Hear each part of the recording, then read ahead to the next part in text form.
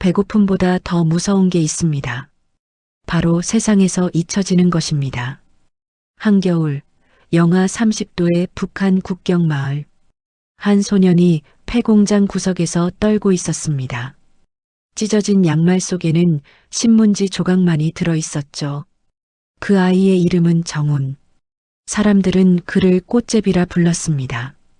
하지만 이 소년은 몰랐습니다. 자신이 품에 간직한 낡은 양말 한 켤레가 훗날 자신의 생명을 구하고 기적 같은 재회를 만들어낼 것이라는 사실을요. 이것은 실화를 바탕으로 재구성한 한 탈북 소년의 생존과 희망의 이야기입니다. 영상이 마음에 드신다면 구독과 좋아요 부탁드립니다. 여러분의 작은 관심이 더 좋은 콘텐츠를 만드는 큰 힘이 됩니다. 그럼 지금부터 정훈이의 이야기를 시작하겠습니다. 함경북도 회령, 1990년대 중반 고난의 행군 시기였습니다. 12살 소년 정훈은 부모님을 모두 잃었습니다. 아버지는 탄광사고로, 어머니는 영양실조로 세상을 떠났죠. 국가 배급 시스템이 무너진 그 시절, 정훈과 같은 아이들은 거리로 내몰렸습니다. 사람들은 이런 아이들을 꽃제비라 불렀습니다. 바람에 날리는 꽃씨처럼 떠도는 아이들. 그 이름은 낭만적으로 들리지만 실상은 참혹했습니다. 정훈의 하루는 생존 그 자체였습니다. 새벽이면 시장 주변을 배회하며 쓰레기통을 뒤졌고 낮에는 행인들에게 구걸했습니다. 밤이면 폐공장이나 역 대합실 구석에서 몸을 웅크린 채 잠을 청했죠. 겨울은 특히 잔인했습니다. 한겨울 회령의 기온은 영하 30도까지 떨어졌습니다. 얼어붙은 손으로는 문고리조차 돌릴 수 없었습니다. 정훈의 신발은 이미 바닥이 다 떨어져 나갔고 양말은 구멍투성이었죠. 찢어진 양말 속에 신문지 조각을 넣어 발을 감쌌지만 그것도 금방 젖어버렸습니다. 눈밭을 걸을 때마다 발에서 피가 배어 나왔습니다. 동상으로 발가락 끝이 검게 변했지만 병원은 그에게 너무 먼 곳이었습니다. 배고픔은 일상이었습니다. 하지만 정훈에게는 배고픔보다 더 괴로운 것이 있었습니다. 그것은 자신이 세상에서 점점 잊혀져 가고 있다는 느낌이었습니다.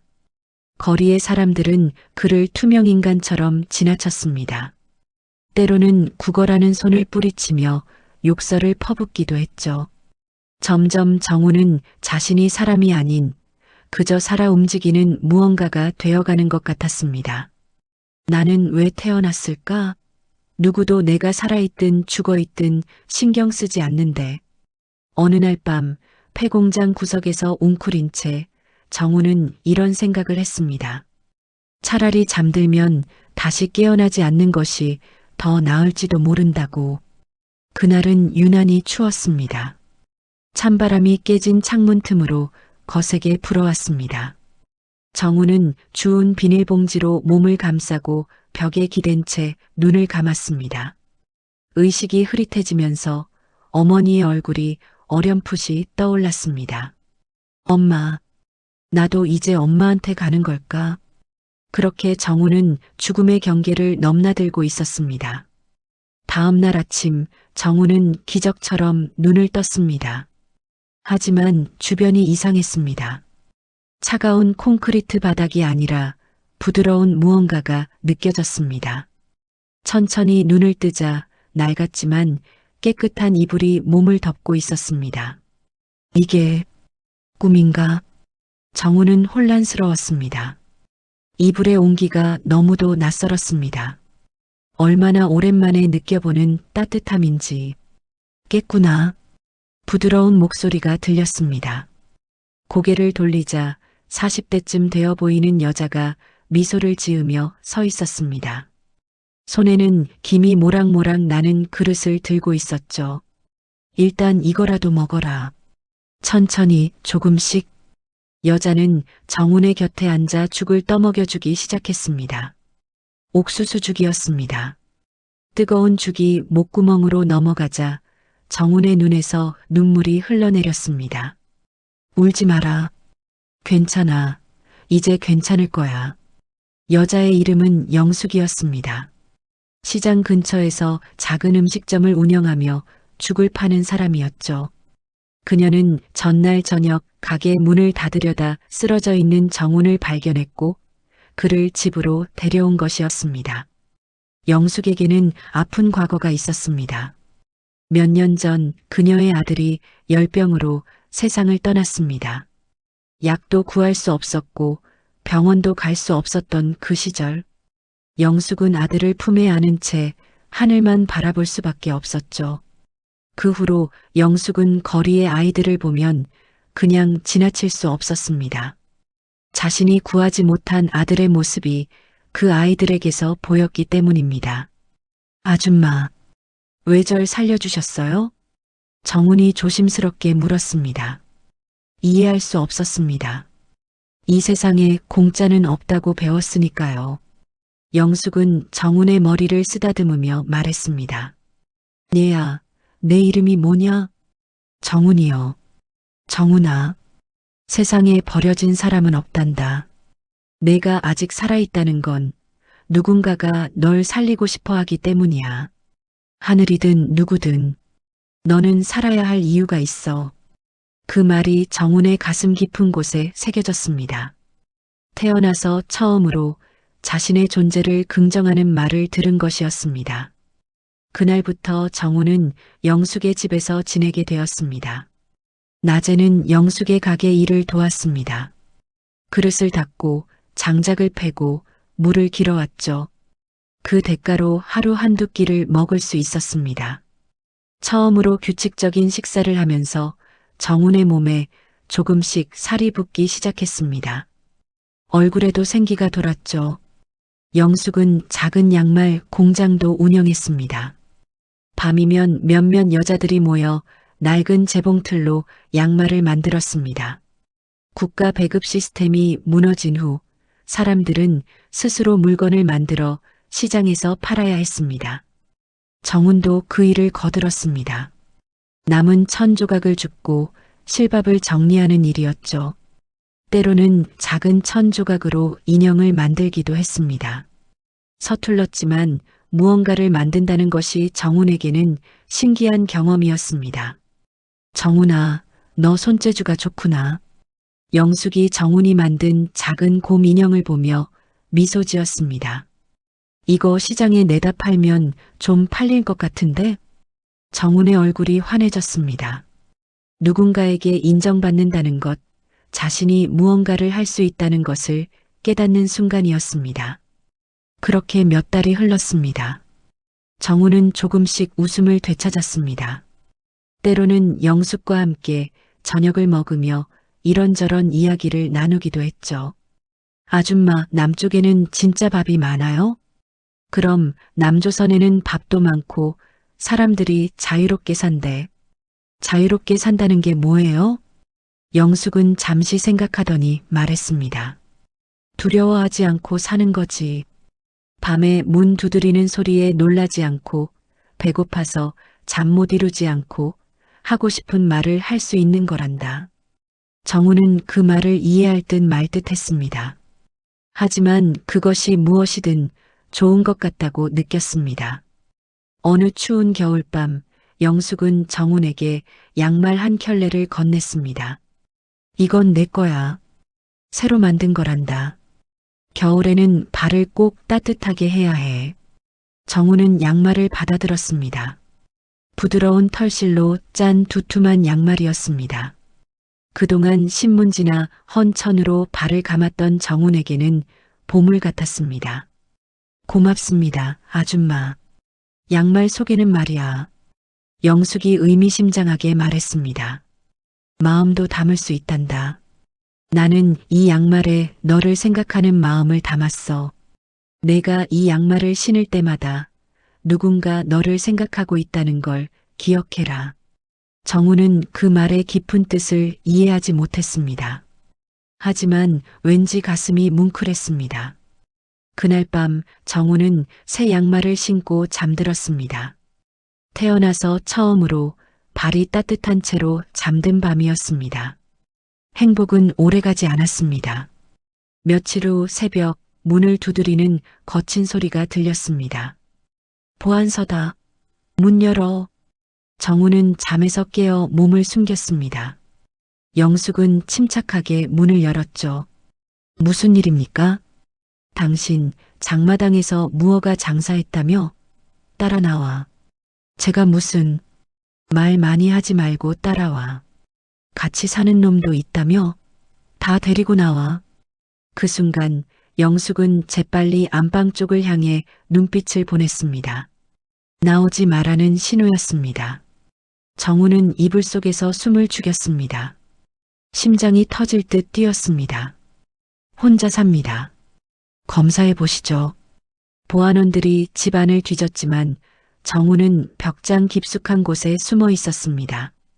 다행히 그들은 정훈을 발견하지 못했습니다. 일단 데리고 가자.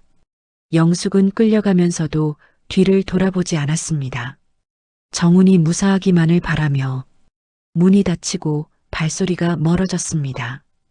한참 후에야 정훈은 벽장에서 나왔습니다.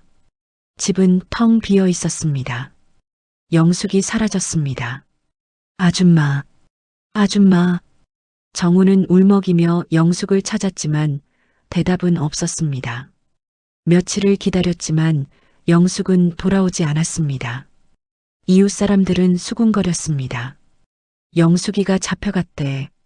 장마당 단속에 걸렸다며. 저런, 그 사람 진짜 착했는데. 보안서에 한번 잡혀가면 끝이지. 정우는 절망했습니다. 유일하게 자신을 받아준 사람이 사라진 것이었습니다. 다시 혼자가 되었습니다. 더 이상 그 집에 머물 수 없다는 것을 알았습니다. 보안원들이 다시 올지도 모른다는 두려움에 정우는 짐을 꾸렸습니다. 가져갈 것이 별로 없었습니다. 그저 영숙이 만들어준 양말 한 켤레와 몇 가지 옷가지뿐이었습니다. 그런데 양말을 챙기다가 뭔가 이상한 느낌이 들었습니다. 양말이 평소보다 무거웠습니다. 뒤집어 보니 양말 바닥 부분에 작은 천주머니가 꿰매져 있었습니다. 조심스럽게 실밥을 뜯자 작은 종이 쪽지가 나왔습니다. 낡은 연필로 쓴 글씨였습니다. 영숙의 글씨였죠. 정훈아, 만약 내가 이 편지를 읽고 있다면 아마 내가 내 곁에 없는 것이겠지. 미안하다. 너를 지켜주지 못해서. 정훈아, 이 편지를 꼭 간직해라. 그리고 언젠가 기회가 되면 남쪽으로 가거라. 남쪽에는 따뜻한 밥이 있고 자유가 있고 사람답게 살 수 있단다. 두렵겠지만 용기를 내렴. 너는 살아야 해. 내가 살아있는 것 자체가 기적이란다. 혼자가 아니야. 하늘이 너를 지켜줄 거야.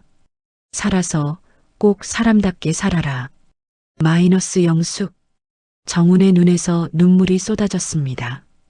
영숙은 이미 알고 있었던 것이었습니다. 언젠가 자신이 잡혀갈지도 모른다는 것을, 그래서 정훈이 홀로 남게 될 것을 말입니다. 그래서 미리 이 편지를 양말 속에 숨겨둔 것이었습니다. 아줌마. 정훈은 편지를 꽉 쥐었습니다. 그리고 결심했습니다. 남쪽으로 가야겠다. 아줌마가 말한 그곳으로. 그래야 아줌마가 나한테 해준 것들이 헛되지 않아. 그날 밤 정우는 폐공장으로 돌아갔습니다. 그리고 양말 속 편지를 몇 번이고 다시 읽었습니다. 그 편지는 정훈에게 단순한 종이 쪽지가 아니었습니다.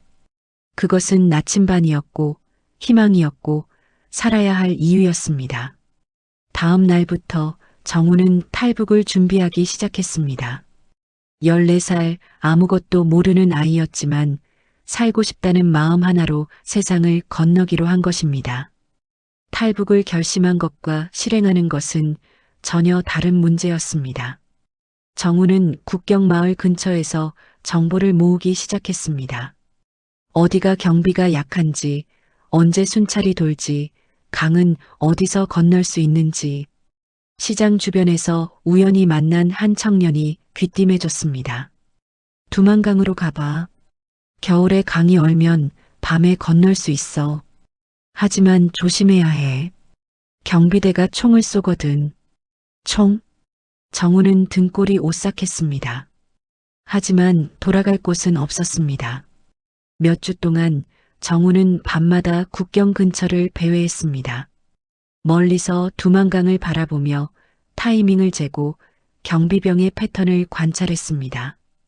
강 건너편에는 중국의 불빛이 반짝였습니다. 그 빛은 정훈에게 천국처럼 보였습니다. 저기만 가면 아줌마가 말한 자유가 있을까? 드디어 그날이 왔습니다. 12월 말 달도 없는 칠흑 같은 밤이었습니다. 강 위에는 얼음이 얇게 얼어 있었습니다. 완전히 얼지 않아 위험했지만 이것이 마지막 기회일지도 몰랐습니다. 정우는 몸에 짐을 최소화했습니다. 옷 속에 양말 한 켤레와 편지를 넣었습니다. 그것만이 그의 전 재산이었습니다. 밤 11시 경비병 교대 시간을 노려 정우는 움직였습니다. 강둑으로 내려가는 길은 미끄러웠습니다. 눈과 얼음으로 뒤덮인 비탈길을 조심스럽게 내려갔습니다. 강가에 도착했을 때 심장이 터질 듯 뛰었습니다. 할 수 있어. 할 수 있어. 정우는 스스로에게 주문을 걸 듯 중얼거렸습니다. 그리고 첫 발을 내디뎠습니다. 얼음 위로 뚝 미세한 소리가 들렸습니다. 얼음이 갈라지는 소리. 정우는 숨을 멈췄습니다. 움직이지 않고 가만히 서 있었습니다. 얼음은 더 이상 갈라지지 않았습니다. 천천히, 천천히. 정우는 한 걸음씩 조심스럽게 앞으로 나아갔습니다. 강 한가운데로 갈수록 얼음은 더 얇아졌습니다. 그때였습니다. 거기 누구냐? 멀리서 고함 소리가 들렸습니다. 경비병이었습니다. 정훈의 온몸에 식은땀이 흘렀습니다. 서라. 안 서면 쏜다. 순간 정훈은 뛰기 시작했습니다. 탕. 총소리가 울렸습니다. 총알이 얼음을 스치고 지나갔습니다. 물보라가 튀었습니다. 정훈은 미친 듯이 달렸습니다. 생각할 겨를이 없었습니다. 그저 앞으로, 앞으로. 콰직. 발밑에 얼음이 완전히 깨졌습니다. 정훈의 몸이 차가운 강물 속으로 빠졌습니다. 얼음장 같은 물이 온몸을 감쌌습니다. 숨이 막혔습니다. 물이 코와 입으로 들어왔습니다. 이렇게 끝나는 건가? 의식이 흐릿해졌습니다. 몸이 가라앉기 시작했습니다. 그 순간 정훈의 머릿속에 영숙의 얼굴이 떠올랐습니다. 정훈아, 살아야 해. 내가 살아있는 것 자체가 기적이란다. 편지의 문장들이 스쳐 지나갔습니다. 살아서 꼭 사람답게 살아라. 정훈은 본능적으로 발을 차기 시작했습니다. 팔을 휘저었습니다. 물 위로 머리를 내밀었습니다. 공기를 들이마셨습니다. 강물에 휩쓸리며 정훈은 필사적으로 헤엄쳤습니다. 어디로 가는지도 모른 채 그저 살고 싶다는 본능만으로 얼마나 시간이 흘렀을까. 정훈의 손이 무언가 단단한 것을 잡았습니다. 강변의 바위였습니다. 온 힘을 다해 바위를 붙잡고 몸을 끌어올렸습니다. 얼음처럼 차가운 몸으로 땅 위에 기어올랐습니다. 숨을 헐떡이며 정훈은 주변을 둘러보았습니다. 총소리는 멀어졌습니다. 뒤를 돌아보니 북한 땅이 저 멀리 보였습니다. 강을 건넜다. 정훈은 믿을 수 없었습니다. 자신이 살아있다는 것이, 강을 건넜다는 것이, 젖은 옷이 바람에 얼기 시작했습니다. 그대로 있다가는 얼어 죽을 것이었습니다. 정훈은 비틀거리며 일어났습니다. 그리고 숲속으로 걸어 들어갔습니다. 한참을 걷다가 나무 밑에서 쓰러졌습니다. 더 이상 움직일 수 없었습니다. 의식이 흐릿해지는 가운데 정훈은 젖은 옷 속에서 무언가를 꺼냈습니다. 양말과 편지였습니다. 다행히 비닐에 싸서 가슴에 품고 있었기에 젖지 않았습니다. 정우는 편지를 꼭 쥐고 중얼거렸습니다. 아줌마, 나 해냈어요. 강을 건넜어요. 그리고 그대로 정신을 잃었습니다. 눈을 떴을 때 정우는 낯선 천장을 보고 있었습니다. 깼네. 옆에서 중국어가 들렸습니다. 조선족 억양이었습니다. 몸을 일으키려 하자 전신이 욱신거렸습니다. 열이 나는 것 같았습니다. 움직이지 마. 넌 며칠 동안 죽다 살아났어. 말을 한 사람은 50대쯤 되어 보이는 조선족 여성이었습니다. 그녀의 이름은 김순희. 국경 근처 마을에서 작은 농장을 운영하는 사람이었습니다. 내가 널 발견했어. 나무 밑에서 죽어가고 있더라. 북한에서 왔지? 정우는 조심스럽게 고개를 끄덕였습니다. 순이는 한숨을 쉬었습니다. 요즘 너 같은 애들이 많이 넘어와. 하지만 조심해야 해. 공안에 잡히면 북송당해. 다시 북한으로 보내진단 말이야. 북송? 정우는 등골이 오싹했습니다. 그렇게 되면 모든 것이 끝이었습니다. 여기서 며칠만 쉬어라. 그런데 올해는 못 있어. 나도 위험해지거든. 순이는 미안한 듯 말했지만 정우는 충분히 이해했습니다. 탈북자를 숨겨주는 것은 중국에서도 불법이었으니까요. 며칠 동안 정우는 순이의 집에서 몸을 추스렸습니다. 그녀는 따뜻한 밥을 주었습니다. 쌀밥, 김치, 그리고 뜨거운 국. 북한에서는 꿈도 꾸지 못했던 식사였습니다. 고맙습니다. 정우는 밥을 먹으며 눈물을 흘렸습니다. 배가 불러서가 아니라 이 따뜻함이 너무 고마워서였습니다. 순이는 정운을 보며 눈시울을 붉혔습니다. 내 눈빛이 내 죽은 아들 같구나. 그녀에게도 아픈 과거가 있었습니다. 아들을 교통사고로 잃었고 그 후로 혼자 살고 있었던 것입니다. 며칠 후 순이는 정운에게 말했습니다. 정운아, 넌 한국으로 가야 해. 여기 중국에 있으면 언젠가 잡혀. 내가 아는 사람을 통해 한국 가는 길을 알아볼게. 한국. 정우는 그 이름을 되뇌었습니다. 영숙이 말했던 남쪽. 바로 그곳이었습니다. 하지만 그 길은 쉽지 않았습니다. 먼저 공안의 눈을 피해야 했습니다. 정우는 낮에는 집 안에 숨어 있어야 했고 밤에만 조심스럽게 밖에 나올 수 있었습니다. 어느 날 밤 마을에 공안이 들이닥쳤습니다. 탈북자 단속이다. 모두 신분증 검사. 순이는 재빨리 정운을 마루 밑으로 숨겼습니다. 좁고 어두운 공간이었습니다. 정운은 숨을 죽이고 웅크렸습니다. 위에서 발소리가 들렸습니다. 이 집에 수상한 사람 없었소? 없습니다. 저 혼자 살아요. 확실하오? 거짓말하면 당신도 잡혀가는 거 알지? 네, 정말 아무도 없습니다. 긴장된 침묵이 흘렀습니다. 알았소. 그럼 다음에 다시 올 테니 조심하시오. 발소리가 멀어졌습니다. 한참 후 순이가 마루 밑 문을 열었습니다. 나와. 갔어. 정우는 기어 나왔습니다. 순이의 얼굴은 창백했습니다. 손이 떨리고 있었습니다. 순이 아줌마. 정우나 여기 더 이상 못 있어. 너도 위험하고 나도 위험해. 내일 밤 사람들이 너를 데리러 올 거야. 그날 밤 정우는 잠을 이룰 수 없었습니다. 두려웠습니다. 하지만 동시에 희망도 있었습니다. 한국. 아줌마가 말한 그 남쪽으로 가는 거야. 다음 날 밤 트럭 한 대가 집 앞에 멈췄습니다. 2명의 남자가 내렸습니다. 그들은 브로커였습니다. 돈을 받고 탈북자들을 한국까지 데려다주는 사람들이었습니다. 이 애가 정훈이냐? 네. 여권도 없고 돈도 없지? 나중에 한국 가면 갚아라. 일단 태워. 정우는 트럭에 올랐습니다. 트럭 뒤에는 이미 몇 명의 사람들이 타고 있었습니다. 모두 탈북자들이었습니다. 조심해, 정우나. 순이가 작은 보따리를 건넸습니다.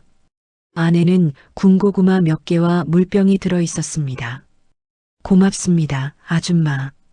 은혜 잊지 않을게요. 정우는 고개를 숙여 인사했습니다. 트럭이 출발했습니다.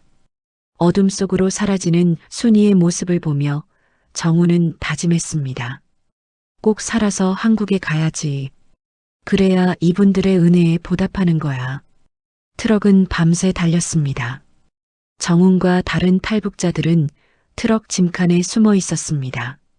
좁고 답답했지만 아무도 불평하지 않았습니다.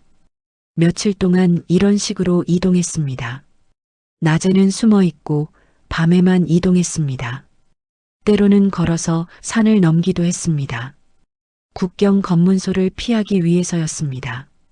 중국에서 라오스로, 라오스에서 태국으로 끝없는 여정이었습니다. 배고픔과 피로, 그리고 두려움. 그 모든 것이 정훈을 짓눌렀습니다. 어느 날 밤 정글을 걷다가 정훈은 쓰러졌습니다. 일어나 쉴 시간 없어. 브로커가 다그쳤습니다. 죄송해요. 조금만 쉬게 해주세요. 여기서 쉬면 다 죽어. 일어나. 정훈은 비틀거리며 일어났습니다. 발에는 물집이 잡혔고 온몸이 욱신거렸습니다. 그때마다 정훈은 품속의 양말을 만졌습니다. 그리고 영숙의 편지를 떠올렸습니다. 살아야 해. 꼭 살아야 해. 몇 주가 흘렀을까? 드디어 태국에 도착했습니다. 그곳에는 탈북자들을 위한 임시 보호소가 있었습니다. 정우는 그곳에서 처음으로 제대로 된 잠을 잤습니다. 몇 달 만에 안전하다고 느낀 순간이었습니다. 보호소에서 만난 한 할머니가 정훈에게 물었습니다. 얘야, 넌 왜 이 힘든 길을 택했니? 정훈은 양말을 꺼내 보였습니다. 이 안에 편지가 있어요. 저를 키워주신 분이 쓴 편지요. 남쪽으로 가라고 하셨어요. 할머니는 양말을 보며 눈시울을 붉혔습니다. 그 사람이 너를 얼마나 사랑했으면 내 간절함이 느껴지는구나. 그날 밤 정우는 오랜만에 평온한 잠을 잤습니다. 몇 주 후 드디어 한국행 비행기에 오를 날이 왔습니다. 정우는 15살이 되어 있었습니다. 1년 넘게 걸린 여정이었습니다.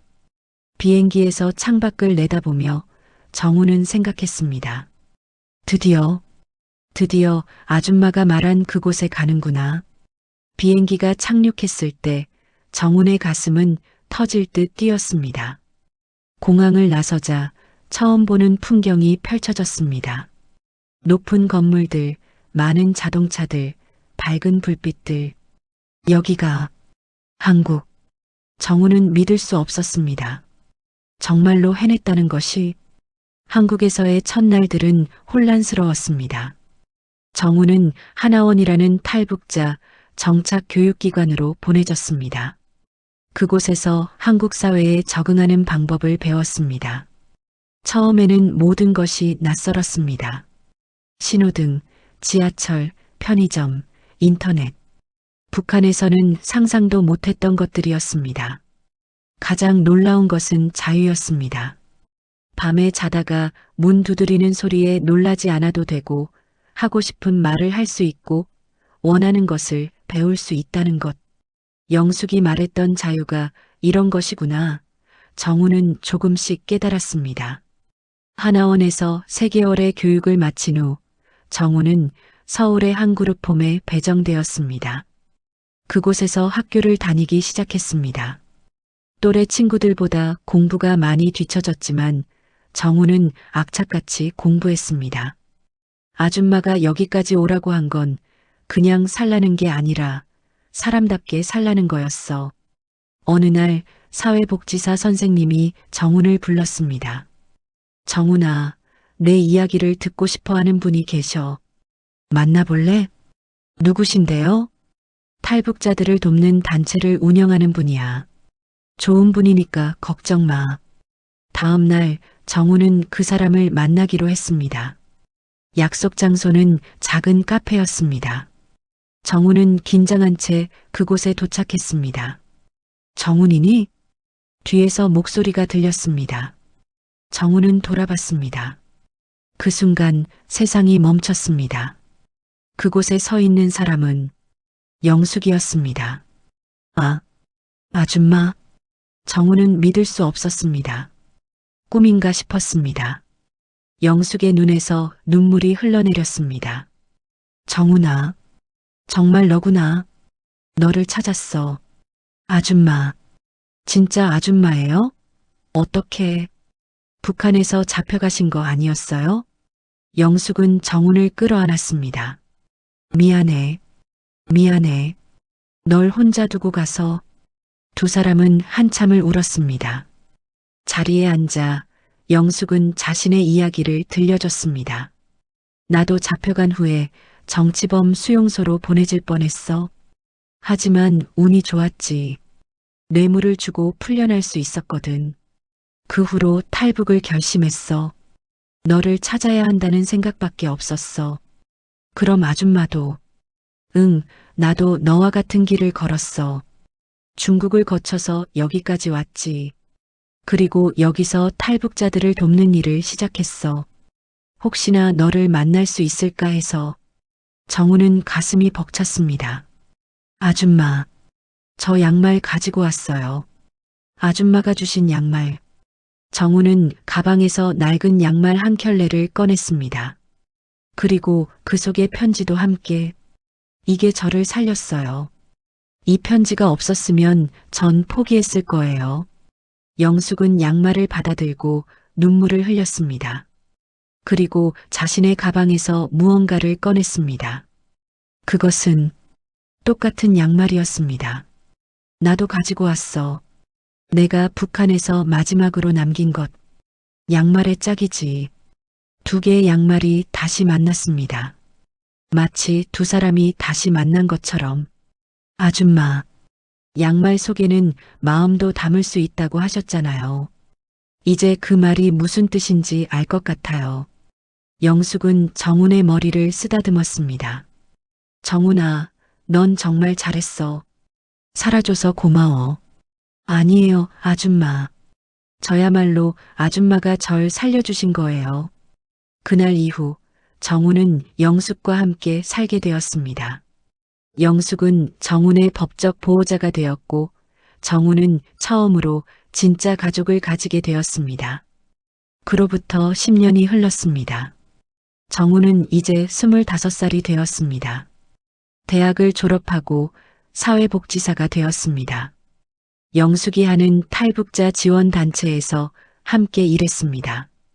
새로 한국에 온 탈북 청소년들을 돕는 일이었습니다. 정우는 그 아이들을 볼 때마다 예전의 자신을 보았습니다. 굶주림에 지친 눈, 두려움에 떠는 어깨, 그리고 동시에 살고 싶다는 간절함. 괜찮아. 너는 이제 안전해. 여긴 내가 사람답게 살 수 있는 곳이야. 정우는 그 아이들에게 늘 이렇게 말했습니다. 영숙이 자신에게 해줬던 것처럼. 어느 날 정우는 한 소녀를 만났습니다. 이름은 미영. 14살 혼자서 탈북에 성공한 아이였습니다. 미영은 처음에 아무에게도 마음을 열지 않았습니다. 너무 많은 상처를 받았기 때문이었죠. 하지만 정우는 포기하지 않았습니다. 매일 찾아가 말을 걸었습니다. 미영아, 오늘 밥은 먹었어? 혹시 필요한 거 없어? 별로요. 차가운 대답이 돌아왔지만 정우는 개의치 않았습니다. 어느 날 정우는 미영에게 양말 한 켤레를 건넸습니다. 이거 내 거야. 양말이요? 왜요? 겨울에 발이 따뜻해야 마음도 따뜻해지거든. 그리고 이 양말 속에는 특별한 게 있어. 미영이 의아한 표정으로 양말을 뒤집어 보자 작은 천주머니가 꿰매져 있었습니다. 이게 뭐예요? 열어봐. 미영이 실밥을 뜯자 작은 편지가 나왔습니다. 미영아, 너는 혼자가 아니야. 힘들 때는 이 양말을 만져봐. 그러면 누군가 너를 생각하고 있다는 걸 느낄 수 있을 거야. 포기하지 마. 너는 소중한 사람이야. 마이너스 정훈. 미영의 눈에 눈물이 고였습니다. 오빠, 나도 예전에 이런 편지를 받았어. 그게 나를 살렸지. 이제 내가 내게 그 마음을 전하고 싶어. 미영은 처음으로 울음을 터뜨렸습니다.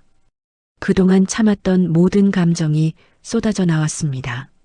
정우는 미영의 등을 토닥이며 말했습니다. 괜찮아. 이제 다 괜찮을 거야. 그날 이후 미영은 조금씩 마음을 열기 시작했습니다. 몇 년 후 정훈의 단체는 양말 속의 편지 프로젝트를 시작했습니다. 탈북 청소년들에게 양말과 함께 희망의 메시지를 전하는 프로젝트였습니다. 많은 사람들이 동참했습니다. 자원봉사자들이 손수 양말을 짜고 그 안에 격려의 편지를 넣었습니다. 당신은 소중합니다. 포기하지 마세요. 당신은 혼자가 아닙니다. 수백 개의 양말이 만들어졌고 수백 명의 아이들에게 전달되었습니다. 그 양말들은 단순한 물건이 아니었습니다. 그것은 사랑이었고 연대였고 희망이었습니다. 어느 겨울날 정훈과 영숙은 함께 산책을 했습니다. 정훈아, 내가 자랑스럽다. 영숙이 말했습니다. 이 모든 게 아줌마 덕분이에요. 아줌마가 없었으면 전 여기 없었을 거예요. 아니야, 정훈아. 넌 스스로 살아냈어. 나는 단지 작은 도움을 준 것뿐이야. 정훈은 멈춰서서 영숙을 바라봤습니다. 아줌마, 저 이제 알아요. 양말 속에 마음을 담는다는 게 뭔지. 그건 단순히 물건을 주는 게 아니라 그 사람의 존재를 인정하고 그가 살아야 할 이유를 찾아주는 거잖아요. 영숙은 눈시울을 붉혔습니다. 그래. 맞아. 그래서 저도 계속할 거예요. 더 많은 아이들에게 그 마음을 전하고 싶어요. 한 사람 한 사람이 소중하다는 걸 알려주고 싶어요. 영숙은 정훈을 끌어안았습니다. 고마워, 정훈아. 정말 고마워. 사람은 빵만으로 사는 게 아닙니다. 때로는 한 그릇의 따뜻한 죽이, 한 켤레의 양말이, 그리고 그 속에 담긴 짧은 편지 한 장이 한 사람의 인생을 완전히 바꿀 수 있습니다. 정훈은 배웠습니다. 자신이 받은 사랑을 다시 다른 이에게 전하는 것이 진짜 삶이라는 것을, 그리고 그 작은 연결들이 모여 세상을 조금씩 따뜻하게 만든다는 것을. 지금도 어디선가 양말 속에 편지를 받은 아이가 있을 것입니다. 그 아이도 언젠가 다른 누군가에게 희망을 전할 것입니다. 그렇게 사랑은 이어집니다. 양말 한 켤레에 담긴 마음처럼. 이 이야기는 실화를 바탕으로 재구성한 것입니다. 지금도 많은 탈북 청소년들이 새로운 삶을 향해 험난한 여정을 걷고 있습니다. 그들에게 필요한 것은 때로는 거창한 것이 아닙니다. 그저 너는 소중해라는 한마디, 따뜻한 밥 한 끼, 그리고 함께 있어준다는 존재감. 우리 모두가 누군가의 영숙이 될 수 있습니다. 작은 관심, 작은 사랑이 한 사람의 인생을 바꿀 수 있습니다. 양말 속에 마음을 담듯이. 이 영상이 의미 있었다면 구독과 좋아요로 응원해주세요. 여러분의 관심이 더 많은 희망의 이야기를 전하는 힘이 됩니다. 감사합니다.